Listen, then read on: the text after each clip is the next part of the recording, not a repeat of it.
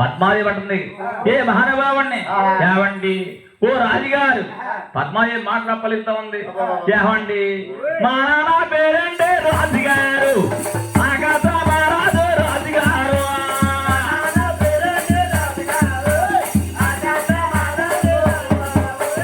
మా తల్లి పేరంటే రాజుగారు, దైరమ్మ దేవంటే రాజుగారు.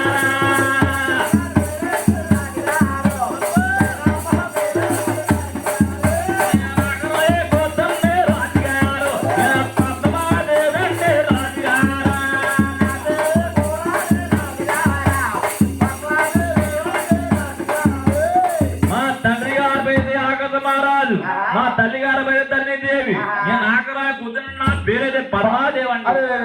అలాగే పద్మాదేవి శ్రీనివాసుతో మాటలుగుతా ఉన్నాడు.